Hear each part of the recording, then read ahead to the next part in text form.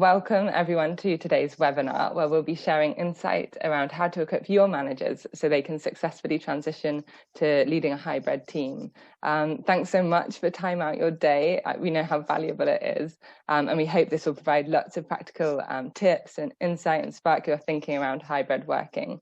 My name's Amy Walters and I'm Head of Research at Lane 4. And today I'm joined by Mark Richardson, who's one of our partners, client directors and ex-Olympian. Right. Well, thank you, Amy. Hello, everyone. Good afternoon. Thank you so much for investing the time and energy to be with us today. I've been at Lane 4 for some 13 years now. I'm at the partner level, and I guess my leadership role is one of client directors. So I look after our wonderful customers, and we're really looking forward to sharing some insight, observations, and some practical takeaways as well as part of this webinar. Yeah, you have to forgive me there, Mark. I always say ex-Olympian, but no, you're always an Olympian. It's never ex. It's always something you bring. But I think today, especially, it would be great to have your team leader hat on and get your practical tips on what you're experiencing and how you're planning to approach hybrid working. So yeah, and the topic of hybrid working is everywhere at the moment. Lots of companies have announced plans to embrace hybrid working going forward. HSBC, JP Morgan Chase, Nationwide, a whole lot, you name it, they've probably gone out there and announced something. And it's kind of unsurprising because the appetite for hybrid working is so strong. People want more freedom, more choice around where they work. There's just such a strong desire for it. But while plans and announcements are great, and the performance benefits of both in-office and remote working have been really well documented, we know that like no plan survives first contact. So I think the real question is, are your managers ready? Are they equipped to sort of lead in a hybrid world and make hybrid working a reality, rather than sort of an HR nightmare and then eventually just revert back? And I think that's my first question to you, Mark, is, do you think that managers need to equip themselves for something different in this space, or is hybrid working something that we've just always done? Yeah, kind of the same. Yeah, two great questions there, and I think there's no doubt that the pandemic for so many of us has completely upended the way that we work, where we work, and also the way that we work as well. So how we work, and for sure we used to have elements of hybrid working, but I guess my observations from that are that managers used to be the gatekeepers. And by that, I mean that the managers were the ones who decided who would have the privilege of working from home or working remotely. And I guess that would normally be based on, I guess, how trustworthy they felt that individual might be. You know, what was their track record? How dependable were they? Did they have a good record of being able to deliver on the outcomes? And then there'll be other factors such as, well, do they have the right setup at home? And of course, is their role suitable?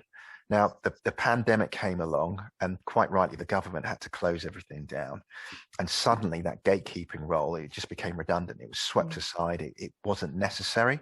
And we're moving into a new territory as we move out of lockdown and we start getting back into the next chapter. Now, can we say that the role of the office has become defunct? Of course not. But can we say that we're going to continue in this all remote working way? I don't think so. So we're now getting into this space where hybrid working is going to be prevalent. It's going to be also important. So managers are going to need to unlearn what they've done before and embrace a new paradox moving forwards. Yeah, it's really interesting, that point about unlearning and sort of relearning and what you need to do to embrace this new world that we're operating in. And I think one of the things I've noticed is just the vast difference on personal opinions and experiences, and you've got all of that in the mix as well, which, like you say, is coming full force back on the manager's plate as that gatekeeping role. And I think in true Lane 4 style, we really want to keep this webinar two-way, and we want to hear your thoughts, your opinions, your ideas, your questions. So don't wait politely till the end of the webinar. Use the chat, use the Q&A, and let us know what you're thinking. The first thing that we want to get you to chip in on is this poll question around how equipped are you feeling as a manager to successfully embed hybrid working practices. So just give you a few moments for everyone to feed in on that. How equipped are you feeling as a manager to successfully embed hybrid working practices? And just to reaffirm it, brilliant if you can capture any questions that you've got as we're moving through this, or anything that prompts your thinking, please use the Q&A function, and we'll address those towards the end of the webinar. Okay. Yeah, a bit of a mixed picture there. Yeah, a nice spread, but definitely the highest proportion at the somewhat. So it feels like there's some work to be done there. Yeah, definitely. And it sort of feels about right, I guess. Some people are not sure, some people are a little, and I feel it's very much space you don't know what you don't know as you step into it as well. And our second question that we wanted, oh, have we got that shared? I don't know if people are actually seeing that. I hope people can now see I didn't realize people weren't seeing the results, so I hope that's now shared across to everyone. So you can see what we're talking about there. 59% said somewhat, and then it's a bit across the board, which is good. Hopefully this webinar will help provide you with some practical ways to nudge that from somewhat to kind of pretty equipped. And we're also quite curious around how equipped are your managers to successfully embed hybrid working. So we looked at how equipped do you feel, and now we're kind of interested to gauge what about managers across the organization generally. Do you think people are in a similar space, or? Yeah, and Helen made an excellent point. There's just still so many unknowns, so it's difficult to quantify. Yeah, so that really resonates. I can identify with that for sure. It's interesting because on paper it seems like something that should be quite straightforward. It's like, oh, well, we've all worked. Most people have worked in the office. Most people have worked all remote now. So we should logically be able to take the best of both. But of course, we're human, and there's so many things that play out that just often catch leaders and managers off guard. But yeah, for sure. Okay, so as we think about your managers, similar, very, very similar. Yeah. So again, the somewhat or not sure. Yeah. The not sure has definitely gone up there, and only 5% thinking very well equipped. So let's try and make a little dent in that in the next, I think, 25 minutes, whatever we have. It's really interesting to get those survey results in. And in the academic literature, the research highlights just time and time again the pivotal role that managers will play in determining whether this shift to hybrid working is successful or not. However, if we step back a bit, there are some crucial things that senior leaders really need to be doing right up front to set up their managers for success. In the white paper, we cover 5 key things that senior leaders need to be doing at this time. In this webinar, we've only really got time to go into 2, but hopefully that will sort of give a little taster, I guess, of what's in the white paper. So the first point is just get clear on what you mean by hybrid working in your business. It feels like the pandemic has provided an amazing experiment of what's possible in terms of working practices, and companies have this opportunity to reset to something potentially much better. And though I'm not convinced that everyone's on the same page about what hybrid working means, so tip 1 is to get clear on what hybrid working means in your business. Sounds very simple, but very easy to overlook or assume. There's no clear definition in the research that I can give. In the white paper, we suggest hybrid working is defined as giving people more choice as to where they would like to work, offering a flexible blend of both remote and in-office working. So our view is very much that it's a best of both opportunity on the table here, giving people the autonomy to blend in-office working and remote working so that individuals, teams, and organizations can be at their best. Now, a few organizations have come out and said, actually, work anywhere, anyway approach. It's very sort of open. And I think that's great. It feels super empowering. But personally, I think it's useful to be clear. Is it truly a work anywhere, anyway approach that you're putting on the table? Can individuals work all remote all the time if they like? Can they work all in the office? Or is it actually a more hybrid way of working that you're looking to implement here with certain boundaries, certain perimeters being put in place, a little bit like actually you can sort of work remotely between 1 and 4 days a week, but not necessarily all the time. It's an interesting one just to be really clear on what you're putting on the table for people. And And the second sort of big tip of things that leaders can do to make sure you're setting managers up for success here is to be really intentional with the signals that you're sending. So we know from research that shifting to a hybrid way of working, embracing hybrid working, sends a signal of support to people. When organizations embrace hybrid working, it's kind of perceived as, oh, okay, this organization cares about people's welfare. And in particular, scrolling through there, in particular, when managers embrace hybrid working, it's seen as a signal of support to help achieve your goals. So there's very positive signals to be sort of sent here in this moment. And though the challenge for businesses and managers at the moment is that not embracing hybrid also sends a signal.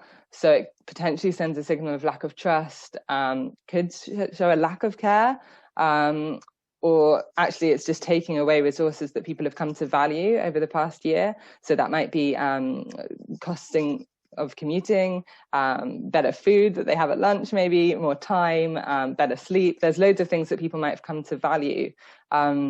And we know from psychology that actually if you take resources away from people, that has more of an impact than if you give them resources. So I think managers and leaders are in the tricky position here where there's no opt around. You're in the position where you either have to embrace hybrid working or you have to give a very good justification of why you're not and why it's just reverting back, which is a tricky position, I guess, for leaders to find themselves in. And one of the things that has come up quite a lot from leaders that we've spoken to is, well, okay, but how do you make sure that the needs of the individual, the team, the organization, and the client are all being met in this hybrid world? There seems a little bit of fear about overserving the individual and people's preferences, and not enough sort of looking at the organization, the client, the teams. And I'd love to get your perspective, Mark, on that and what your thoughts are. Yeah, Amy, this is such an important piece of thinking to lean into, and it's the Holy Trinity. So clearly the customer needs to be at the heart of all of the thinking. So being able to maintain and deliver on your customer promises should be paramount. And of course, we're moving into really interesting territory. So 78% of people state that they can work at home as effectively or even more effectively working remotely as opposed to working in the office, whilst 22% of people want to adopt full-time remote working permanently. So of course, employee experience, employee engagement, and making sure they have a strong sense of purpose is really, really important to help maintain and sustain performance. But of course, these individuals, they work within, they contribute to, and they're part of a much wider, broader ecosystem. So many of them will be part of teams, and for that team to reach the echelons of being a high-performing team, then actually there need to be things like situational awareness, there needs to be shared learning, there needs to be the ability to make decisions really, really quickly and efficiently, and there needs to be really strong alignment. Now, those are some of the intra-team behaviors and attributes that are important, but they also need to collaborate with other teams as well. So they need to think about how do they create the conditions and the interfaces for that hyper connectivity as well.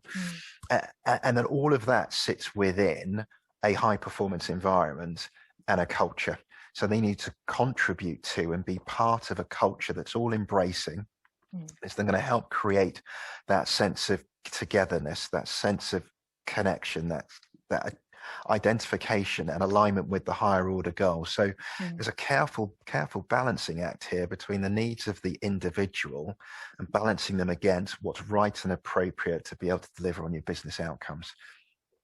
Yeah, definitely. It's super interesting. And what role do you think managers have to play in balancing all those stakeholder needs, I guess? Yeah, the managers are right at the heart. They're at the interface of that implementation. So they need to be mindful, and I guess they need to have the empathy and stepping into the shoes of the individuals who might relish that sense of autonomy, that greater sense of freedom, the flexibility that remote working gives them, and also be the custodians of, well, actually, how do we drive innovation? How do we create those social learning interfaces? How do we make sure that we're collaborating in a way that's going to be fruitful for all of us? And how do we pay attention and nurture and create a values-based culture that's going to serve us in the long term? So they're constantly having to adjust the dial to make sure that both ends of the spectrum are served appropriately. Yeah. It's a fantastic answer. And I hope in this next section, we're going to dig a bit more into like what it is managers need to be doing, the nitty gritty of it. And I guess it builds really nicely on some of the points you've made there, Mark, around there are 4 key challenges that managers will need to navigate as we move into this hybrid world, which we'll give a bit of a quick whistle-stop tour of. So the first one is leveling the playing field for everyone, no matter where they're working. And this really has 3 points to it, like transparent decision-making, equal performance management of everyone, and communication. Just to flesh that out a bit more. So as Mark has already alluded to, like managers used to have this gatekeeping decision around who gets to work it remotely and how much and how. And I think managers really valued that. And I think we're getting into a sticky area here because those decisions are likely to come back to managers, and people need to be very transparent and very fair around what hybrid working agreements are being made, what criteria those decisions are being based on. Any perception that something is unfair or people are receiving a disproportionately better outcome than us, maybe not even in our team, in other teams, it triggers such a strong emotional response in the brain. So I think managers don't only need to consider the individual and what they're after, but also the reactions of other individuals in their team who might not have got a similar deal or agreement, or depending on their role or whatnot. So it is a tricky one to navigate. And the second one under this banner is just around performance management. So we know from research that there's a tendency when employees opt to work more remotely or more out of sight, there's a tendency and a kind of temptation, I guess, for managers to try and retrieve a bit of control back. So they tend to overcompensate by defining jobs more rigidly, sort of being a lot more defined in how they want tasks done and giving more direction, and also requiring individuals to track their time and record their outputs a lot more. And it feels a little bit like an equitable adjustment for people who are working remotely to make sure they're staying productive. But actually, you've really got to resist this temptation to wrestle back control. You need to make sure everyone's just managed the same way. Everyone's managed depending on agreed upon work plans. All jobs should be clearly defined. All feedback should be provided to everyone in a similar manner. So I think it's just making sure that how you're managing the performance of your team is equal no matter where someone's working. And then the final one on this level playing field banner is just communication. So high quality communication is important in any team. I'm sure Mark will testify to that. But in hybrid teams, it's incredibly easy for people, if they're more out of sight, to feel out the loop. In the office, you pick up like tidbits of information, news, just from seeing someone like go into a meeting, come back to their desk, give you a little update. Maybe you overhear something, maybe someone pops over from another team. And it's all those small tidbits of informal communication that I think get missed when you're working remotely. And teams will really have to implement new hybrid working habits to make sure that that informal information is flowing to everyone live. Don't store it up. And be like, oh, okay, we'll update people on this when we have that meeting. Try and get it to happen live. You don't want people feeling out of sight, out the loop. It's very, very common. This is another one. The second one here is establishing a healthy hybrid environment. So that's what you want. I think what many people are afraid of getting is actually an in-group, out-group developing an us-them sort of dynamic.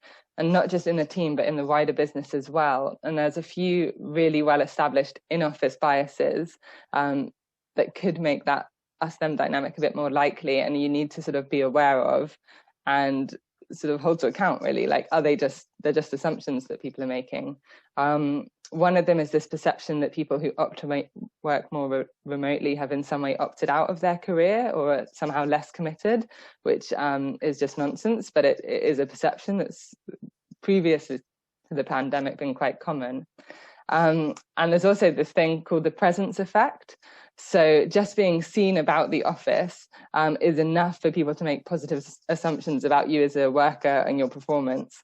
So if you're seen in the office during work hours, studies have shown that people are more likely to judge you as responsible and dependable. And if you're seen in the office outside of work hours, studies show that you're more likely to be seen as committed and dedicated.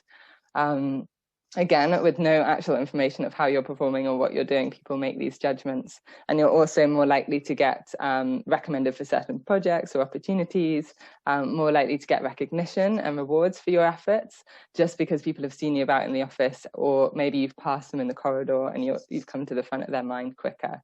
So again, managers really need to sort of proactively counter these biases that just naturally occur and go on, to make sure that everyone's getting the same treatment, the same opportunities, the same rewards, the same recognition. It doesn't matter where you work. You're proactively keeping those out of sight more in mind. Conscious of time, so I'm just going to do a quick whistle stop to the final two in this. But one of the other challenges, as Mark's alluded to already, is optimizing engagement. So it's quite hard, because when you've got a hybrid team, you won't necessarily get a good gauge of the mood in the camp or what's going on for people. And as we've experienced in the all hybrid world, your bubble of who you interact, all remote world, sorry, your bubble of who you interact with can become quite small. It's probably going to expand a little bit as we go into hybrid working. But there's a risk that as people are given more autonomy around how, when, and where they work, the workforce remains kind of siloed and disjointed. So everyone focuses in on their piece of the puzzle. And what you risk is getting what they're contributing to and why it matters sort of gets a bit lost. So you get what's called busy drifting, where everyone's working really hard, but for different outcomes. And that's the one thing sort of leaders really need to avoid. They need to keep people connected to why they're here, the bigger purpose, what part they're playing. And I don't know, Mark, if you have a view, but like, I was wondering, is purpose, discussing why someone's here, why they're not, ever something a leader or manager can overdo? Do you think you can get purpose fatigue or not really? Yeah, I don't think so. And particularly in these extraordinary times, I think just reaffirming the mission of the team, really creating some vibrancy, energy, a sense of mutual connection and identification with it is all important. And of course, making sure that people can see the alignment to the higher order organization goal. I think that's really, really important, because otherwise there's a danger that we're going to be working in silos, and I guess our connection to it's going to become diluted and fragmented. So I think overstating, over-indexing on that are two really critical things to do at this point in time.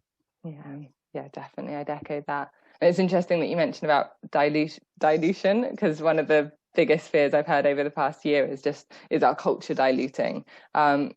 And to put it out there, I'd probably say, yeah, it probably has diluted over the past year, simply because it's likely there's been a reduction in what's known in research as social capital.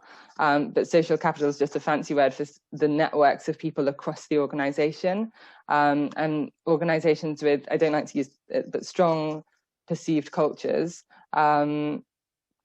are shown to have high levels of social capital. So basically there's a super dense network of interconnected relationships all across the organization, and it's very live and it's very active. And I think in an all remote world, your bubble does become small, so you lose a bit of that. The interconnected web almost gets less interconnected and less strong and less dense. And it's one of the main benefits of going back, I think, is to sort of rebuild and reconnect with people who on a more spontaneous way. And managers need to be at the forefront of championing this and explicitly valuing the time people spend building relationships. I think sometimes when you see someone hovering around the coffee machine chatting to their friends very rich, it's like, oh gosh, what are they doing? But it's like managers need to value that. That's almost like what's valuable about the office and why you go in. And making sure that your diary is not just so crammed that you never have that opportunity for the spontaneous interaction, the collaboration opportunities, all the stuff that happens without the planning. Managers need to be at the forefront of valuing that time. And I think my question for you, Mark, is that there's a lot basically for managers to be navigating there. And I know that you've got 3 top things that you'd call out as priorities for managers in this hybrid space. Amy, thank you so much for giving us such a brilliant synthesis of the research and thought leadership that's gone into that. So how to crystallize that into 3 hopefully digestible takeaways. I think the first is that the need to co-create a new hybrid team charter. It actually doesn't matter how long the team's been together. It doesn't matter the extent to which you believe the team knows each other. We are all moving into unknown territory. And as a consequence, we need to invite the team into a conversation to get some real clear parameters, expectations and boundaries around the rules of play for this new hybrid working. That feels absolutely critical. So that's the first one. I think the second one is notice what assumptions or beliefs that you hold and that your people hold and that managers hold. So I think it was Andrew in the Q&A piece who said that actually, how would we react to a customer who said that the more ambitious people are the ones who are in the office? I can remember a time pre-Lane 4 when I was working for an events and sports marketing agency where actually when I said I'm going to be working from home because I needed to learn a script for an in-field presentation that I'll be doing for the televised track and field events, my line managers rolled their eyes. He was giving me all the vibes that I was slacking off, that I was leaving the team, bunnies. yeah, to do all the heavy lifting, and I was going home to a wonderful time at home. So, and the guilt that gets transposed onto the individual, I mean, that's just wrong. So it's really, really important that we guard against this.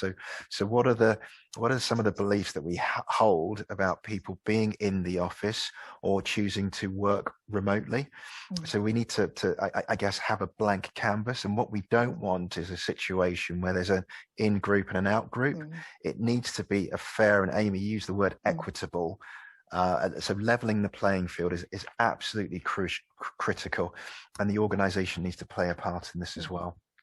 And then the final takeaway would be we all need to really focus in on creating a culture of support. For many, this feels disorientating, actually. Change and transition, the transitions that we make through change, can be disorientating. And so we need to be cognizant of that. We need to be mindful of that. There may be many great and valid reasons why people don't feel comfortable coming into the office at this point in time, and we need to be empathetic to that. So making sure that there is this culture of support, there is a connection to the greater good and the overall higher order goal, and that you're actually paying attention to the values-based culture that's so important to the vibrancy of your organization over the long term. So that's what we'd commend you with, and hopefully they'll prove to be of use to you. So I'm mindful that we've got some questions coming through, so thank you so much for engaging with the Q&A function. I'm going to go up to the top. So really curious about best practice measures for hybrid meetings where you have people physically in the office and others dialing in to ensure interactive and every voice is heard. Are there particular disciplines that we need to adopt? Amy, I know you've got some thinking, and then I can perhaps build in some thoughts as well. Yeah, definitely. It's something that our research team's actually looking at the moment. And there are some things that we've sort of read that might be good practice. I think the overarching one is experiment and see what works and what doesn't for your team, and keep checking in. There are a few easy wins, I guess. You could start inviting virtual attendees to access the meeting a bit earlier. So, that time when you're walking to a meeting in an office, you sort of give that to the virtual attendees as well, if they want to come in and chat to people and whatnot. There's also tricks like designating someone to monitor the hands up and the sort of monitor the chat, just to make sure that people, if they have got their hands up, if they are trying to contribute, that they get it's just as easy almost for them to butt into the conversation as someone in the room. And I think what you've mentioned as well about the team charter is really, really useful, establishing some etiquette. Don't just assume that, we can just carry on as we were. There's some things that I think should be implicit within teams. Like, for example, if you are joining a meeting remote, then it's assumed you'll be as in the room as if you were there originally. You're not expected to multitask or be doing something else. You're expected to be present. So I think there's a few things that as teams they can thrash out a bit in those charters, and then just see what works, see how it's going, check in with people. Yeah, great answer. And just a quick build. I guess at the heart of any high performance environment, you've got to think about the tools, the infrastructure, the technology that you've got access to. So there's something about actually, will the technology that you've got built into your office be an enabler for that sense of extension? So if you do have people who are dialing in, and they're on the big screen, can you make them feel as if they're part of the room, a natural extension? So what I've noticed is actually my team, as we're starting to venture back into the office, some of us are choosing to remain and talk and connect into the team interface via our laptops, because it feels like it's a much more equitable joint experience, and it lends itself to a greater level of participation. So going to move on to the next question, which I had, but then we got so many questions coming through that it just moved. So a question from Lynn: managers will interpret guidelines differently and may introduce a way of working in their team which is different to peer managers. Any guidance in supporting the potential of unfair challenges? Where'd you go with that one, Amy? Yeah, it was a really good question. I'm just trying to think. So you've got one manager doing one thing and another manager doing something else. Shall I jump in while you're thinking? So I think there needs to be consistency from the senior leadership team, i.e. there needs to be alignment across the group as to what are the parameters, what's on the table. So is it high intensity remote working, i.e. I don't know, 3 to 4 days, or is it low intensity? So putting some parameters in place that remain true and consistent, and then managers are able to make subtle interpretations within that framework.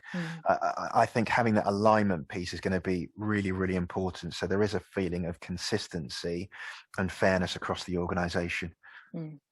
I think it's also like interesting about whether the decision sits with managers still, the gatekeeping, because I think that's still, you don't have to do it that way. Organizations could say, actually, this is the decision and these are the parameters that you make your judgment on. I think it's a call, and it needs to be really clear where that call is sitting. And it's also something that comes into like trust. I think people will need to trust like the certain decisions are being made based on certain principles and criteria. So I think just the more transparent you can be, and the more people trust that things are being done right elsewhere as well, the better it's going to roll out. Yeah, and a question here: appreciate thoughts on how to maintain a healthy flow of feedback in a hybrid model. Yeah. So where I go with that, this for me, this isn't going to be a static conversation. This isn't going to be you kind of set the parameters once the team charter is established. I think it's an ongoing process of review. It's how the meeting's going, what's working well, what can be improved. There's going to be some experimentation along the way, but that constant review process, just to make those subtle iterations as you move through, are going to be absolutely essential. So I think that will help you with the course corrects and make sure that it remains relevant and engaging, and useful and seamless for your people as you move through. Yeah, definitely. And I think one of the other ones is just not holding stuff until maybe the formal conversation. If you would have given someone feedback in the moment, if you're in the office, then like there's no reason to, again, it's that sort of making sure performance management does stay the same. That you're giving people the same sort of service. There's no second-class feedback service running for those who are more remote. It's the same first-class service managers are giving everyone in their team. I'm very conscious that I think we've run a bit over time and we've got lots of questions, but we will get to those questions. Are there any other final points that you've seen there, Mark, that you want to quickly chip in on, or okay to wrap? So one final question. Let's go to how do you bring up the subject of hybrid working during an interview when it wasn't mentioned in the role description? I think we're all going through an extraordinary level of change. I think people need to be receptive to that. And if people aren't able to demonstrate some adaptability, I guess it would start to lean to questions as to how appropriate or right they might be for the role. That's not to say there might be constraining factors that sit outside of that, what might mean that hybrid working is challenging for them. But there is something about we've all had to be adaptable, and organisations are going to need their people to continue to be so, I would have said. Yeah, and their managers. Certainly. Perfect. Well, thank you so much for your time and your attention and your engagement in this webinar. I think the pandemic's been such a watershed moment for remote working, and there's a potential for this to be a real game changer in terms of ways of working practices. Could be people's lives, organizational performance, but it has to be done right, with care, with intention, and with managers who are equipped to embed hybrid working successfully. So thank you so much for your participation today, and do continue the conversation on LinkedIn, our Instagram channels. Keep this conversation going and keep your tips coming through. Yeah, thanks so much for finding the time. I hope you found it useful.